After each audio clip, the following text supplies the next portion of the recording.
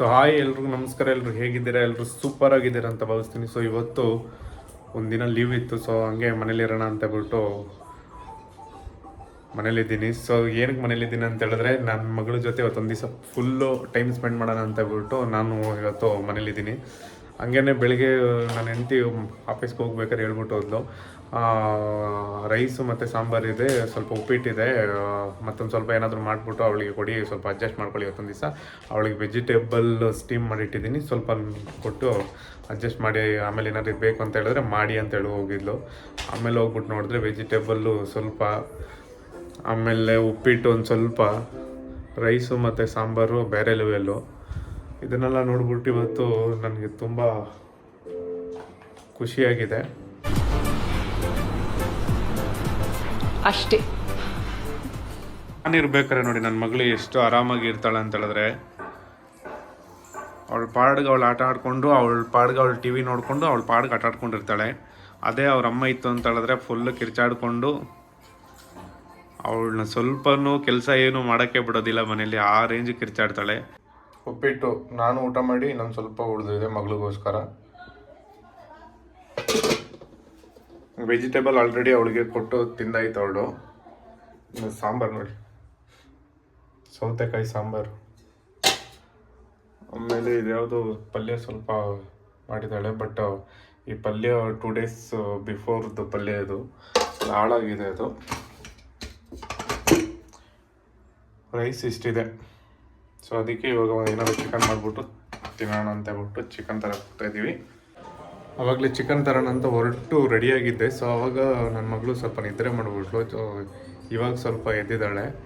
So ಇವಾಗ ಹೋಗ್ಬಿಟ್ಟು chicken ತೊಗೊಬಂದ್ಬಿಟ್ಟು ಹಂಗೆ ಇವಳಿಗೆ ಏನೇನು ಚಾಕ್ಲೇಟ್ ಎಲ್ಲ ಬೇಕು ಅದನ್ನೆಲ್ಲ ಕೊಡಿಸ್ಕೊಂಡು ಕರ್ಕೊಂಬರ್ತೀನಿ.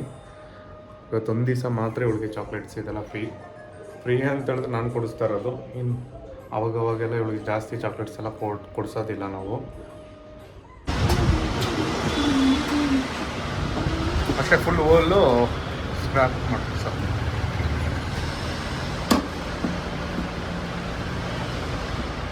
ಬಸ್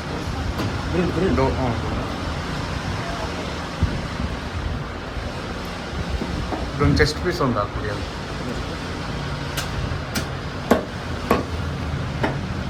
ಅದು ತಂದೂರಿ ಮಾಡೋಕ್ಕೆ ಸ್ಕ್ರಾಪ್.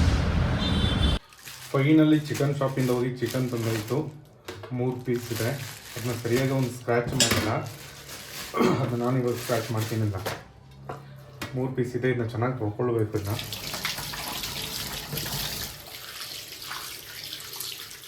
ಈ ಚಿಕನ್ನ ಚೆನ್ನಾಗಿ ಈ ಥರ ಮಧ್ಯೆ ಮಧ್ಯದಲ್ಲಿ ಚೆನ್ನಾಗಿ ಕುಯ್ಬೇಕು. ಅವ್ನು ಸರಿಯಾಗಿ ಕುಯ್ದಿಲ್ಲ, ಕುಯ್ಕೊಳ್ಬೇಕು ಈ ಥರ.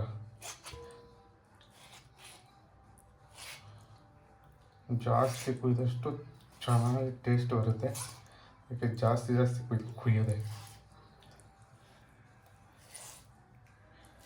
ಕುಯ್ಬೇಕಾದ್ರೆ ಹುಷಾರಪ್ಪ, ಕೈಯೆಲ್ಲ ಕುಯ್ಕೊಂಡ್ಬಿಡ್ತದೆ.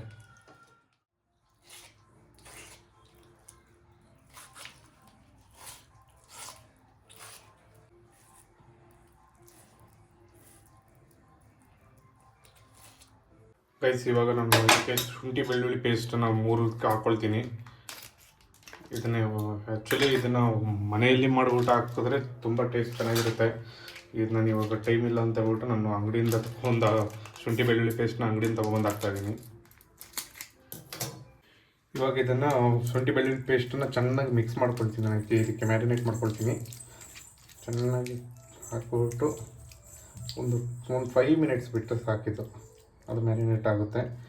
ಆಮೇಲೆ ಮಸಾಲೆಗಳು ಕಲಿಸ್ಬಿಟ್ಟು ಹಾಕಿದ್ರೆ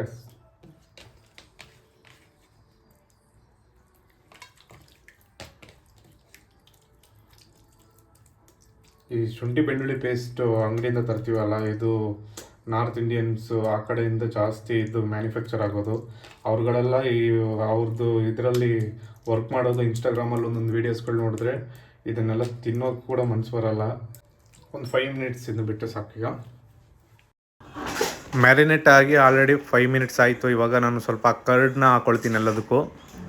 ಫುಲ್ ಲೆಮನ್ನ 3 ಚಿಕನ್ ಇರೋದ್ರಿಂದ ಒಂದು ಫುಲ್ ಲೆಮನ್, ಮೀಡಿಯಮ್ ಸೈಜ್ದೊಂದು ಫುಲ್ ಲೆಮನ್ನ ಹಾಕ್ಕೊಳ್ತೀನಿ.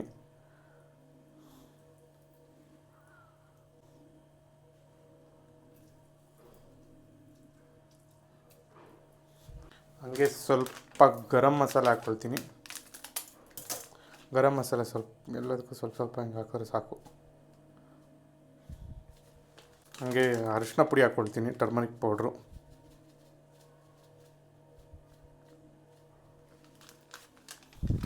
ಕಾಶ್ಮೀರ್ ಚಿಲ್ಲಿನ ಹಾಕ್ಕೊಳ್ತಾ ಇದ್ದೀನಿ. ಕಾಶ್ಮೀರ್ ಚಿಲ್ಲಿ ಹಾಕಿದ್ರೆ ಒಳ್ಳೆ ಕಲರ್ ಬರ್ತದೆ. ರುಚಿಗೆ ಎಷ್ಟು ಬೇಕಷ್ಟು ಉಪ್ಪು ಹಾಕ್ಕೊಳ್ತಾ ಇದ್ದೀನಿ.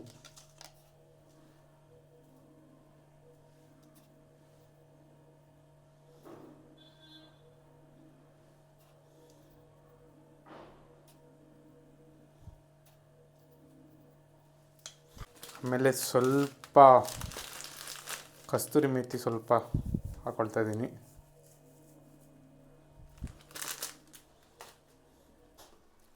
ಲಾಸ್ಟಿಗೆ ಒಂದು ಸ್ವಲ್ಪ ಗೀ ಹಾಕ್ಕೊಳ್ತಾ ಇದ್ದೀನಿ. ಎಲ್ಲದಕ್ಕೂ ಸ್ವಲ್ಪ ಸ್ವಲ್ಪ ಗೀ ಹಾಕಬೇಕು. ಆಮೇಲೆ ಅಲ್ಲಿ ಓವನ್ಲಿ ಇಟ್ಟ ಮೇಲೆ 2 ಸೈಡು ಗೀನ ಟಿಪ್ ಮಾಡಬೇಕು. 2 ಸೈಡು ಗೀನ ಸ್ವಲ್ಪ ಸ್ವಲ್ಪ ಹಂಗೆ ಮೇಲೆ ಹಾಕೋದು.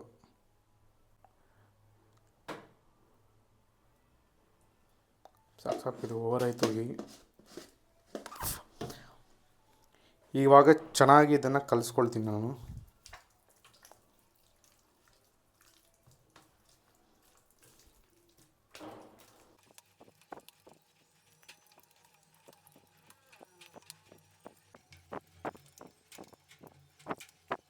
ಕಲರ್ ಬರೋದಕ್ಕೆ ಎಕ್ಸ್ಟ್ರಾ ಕಾಶ್ಮೀರ್ ಚಿಲ್ಲಿ ಹಾಕ್ಕೊಳ್ತಾ ಇದ್ದೀನಿ.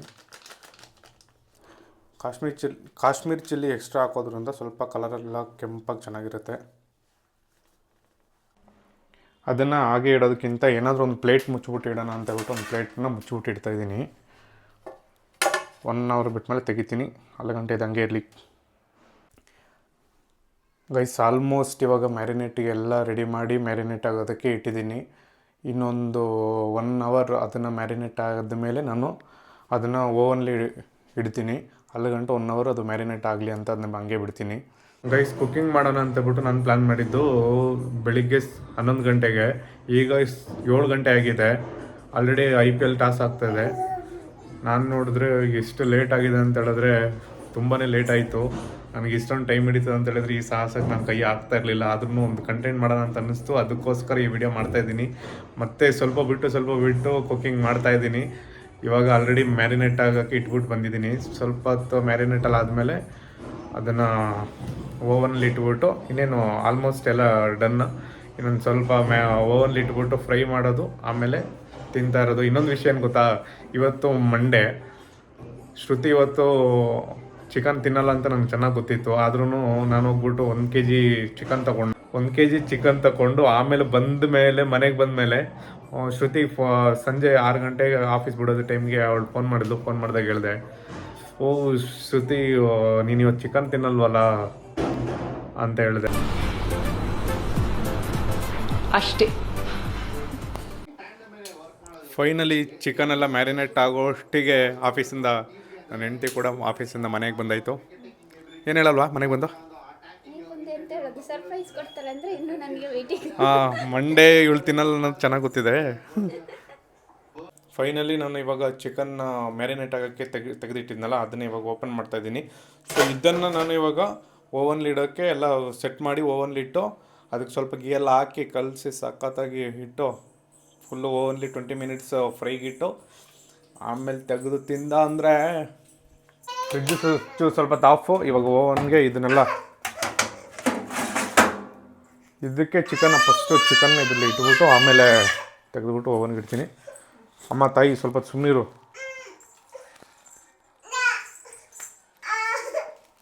ಹಂಗೆ ಕ್ಲೋಸಪ್ಪ ಸ್ವಲ್ಪ.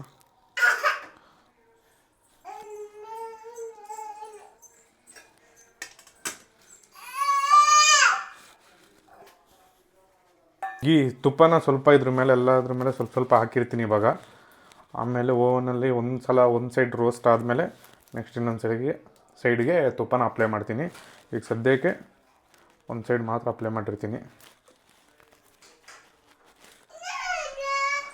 ತುಪ್ಪ ಎಷ್ಟು ಹಾಕಿದ್ರೂ ಓವನಲ್ಲಿ ಇಟ್ಟ ಮೇಲೆ ಅದು ಸ್ವಲ್ಪ ಎಲ್ಲ ತುಪ್ಪ ಕೆಳಗಡೆ ಅದೇನದು ಫ್ರೈ ಆಗ್ತಾ ಎಲ್ಲ ಕೆಳಗಡೆ ಬಂದಿರ್ತದೆ. ಸೊ ಇದರಲ್ಲಿ ತುಪ್ಪ ಅಷ್ಟೊಂದು ಇರಲ್ಲ, ಇನ್ನೂ ಮಸ್ತಾಗಿ ಸಖತ್ತಾಗಿ ಬರ್ತದೆ. ಅದಕ್ಕೆ ನಾನು ಜಾಸ್ತಿ ಹಾಕಿದ್ರೂ ಅದು ಎಲ್ಲ ಫ್ರೈ ಕೆಳಗಡೆ ಎಲ್ಲ ಕೆಳಗಡೆ ಬಾಟಮಲ್ಲಿ ಬಂದಿರ್ತದೆ. ಸೊ ಇದು ತಂದೂರಿ ಟೈಪಲ್ಲಿ ಸಖತ್ತಾಗಿರ್ತದೆ. ಈಗ ಓನ್ಲಿ ಇಡ್ತಾಯಿದ್ದೀನಿ. ಇದಕ್ಕೆ 20 ಮಿನಿಟ್ಸ್ ಟೈಮ್ ಕೂಡ ಸೆಟ್ ಮಾಡ್ತೀನಿ. ಸ್ವಿಚ್ ಆನ್ ಮಾಡಿದ್ದೀನಿ. ಈಗ 25 ಮಿನಿಟ್ಸ್ ಟೈಮ್ ಸೆಟ್ ಮಾಡಿದ್ದೀನಿ. 25 ಮಿನಿಟ್ಸ್ ಆದಮೇಲೆ ಒಂದು ಸಲ ಬಂದು ಚೆಕ್ ಮಾಡೋಣ. ಬರೇ ಇವಾಗ ಇದನ್ನು ಫುಲ್ಲು ಉಲ್ಟಾ ತಿರುಗಿಸ್ಬಿಟ್ಟು ಪುನಃ ಸ್ವಲ್ಪ ಗೀ ಹಾಕ್ಬಿಟ್ಟು ಮತ್ತೆ ಪುನಃ ಓವನ್ ಒಳಗಡೆ ಇಡ್ತೀನಿ. ಇದು ಓವನ್ ಬಂದ್ಬಿಟ್ಟು ಕೆಳಗಡೆ ಕಾಯಿಲ್ ಬಂದ್ಬಿಟ್ಟು ಚೆನ್ನಾಗಿದೆ, ಮೇಲೆ ಕಾಯಿಲ್ ಚೆನ್ನಾಗಿಲ್ಲದೆ ಇರೋದಕ್ಕೆ ಇದು ಸರಿಯಾಗಿ ಮೇಲೆ ಬಾಯ್ಲ್ಡ್ ಆಗಿಲ್ಲ, ಕೆಳಗಡೆ ಫುಲ್ ಬಾಯ್ಲ್ಡ್ ಆಗಿದೆ. ತುಂಬ ಹೀಟ್ ಬಿಸಿ ಇದೆ. ಅದಕ್ಕೆ ಅದು 2 ಟೈಮ್ಸ್ಗೆ ಫುಲ್ಲು ಬಾಯ್ಲ್ಡ್ ಆಗಿಬಿಡ್ತಿತ್ತು. ಇವಾಗ 3 ಟೈಮ್ಸು ಆಗಿಲ್ಲ ಅಂದರೆ 4 ಟೈಮ್ಸ್ ಇಡೋದಷ್ಟೇ. ಬಾಯ್ಲ್ಡ್ ಆಗೋ ಗಂಟ ಬಿಡಲ್ಲ.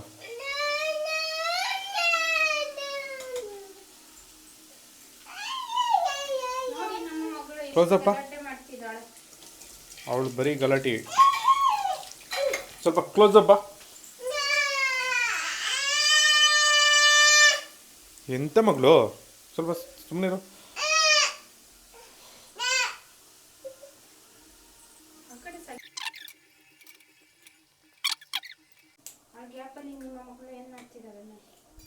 ಏಯ್, ಇವಾಗ ಇನ್ನೊಂದು ಸೈಡು ಇವಾಗ ತಿರುಗಿಸ್ಬಿಟ್ಟು ರೊಟೇಟ್ ಮಾಡಿ ಇನ್ನೊಂದು ಸೈಡು ಕೂಡ ಗೀ ಹಾಕಿದ್ದೀನಿ. ಇವಾಗ ಓವನ್ ಒಳಗಡೆ ಇಡ್ತಾಯಿದ್ದೀನಿ.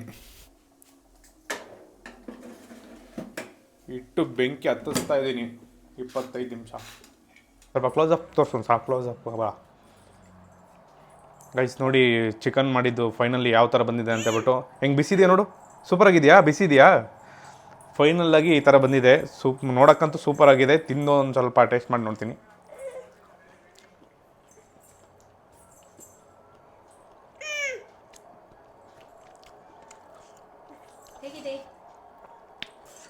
ನಿಜವಾಗ್ಲೂ ಸಖತ್ತಾಗಿದೆ ಅಂತ ಹೇಳಲ್ಲ, ಆದರೂ ಸುಮಾರಾಗಿ ಸಖತ್ತಾಗಿದೆ.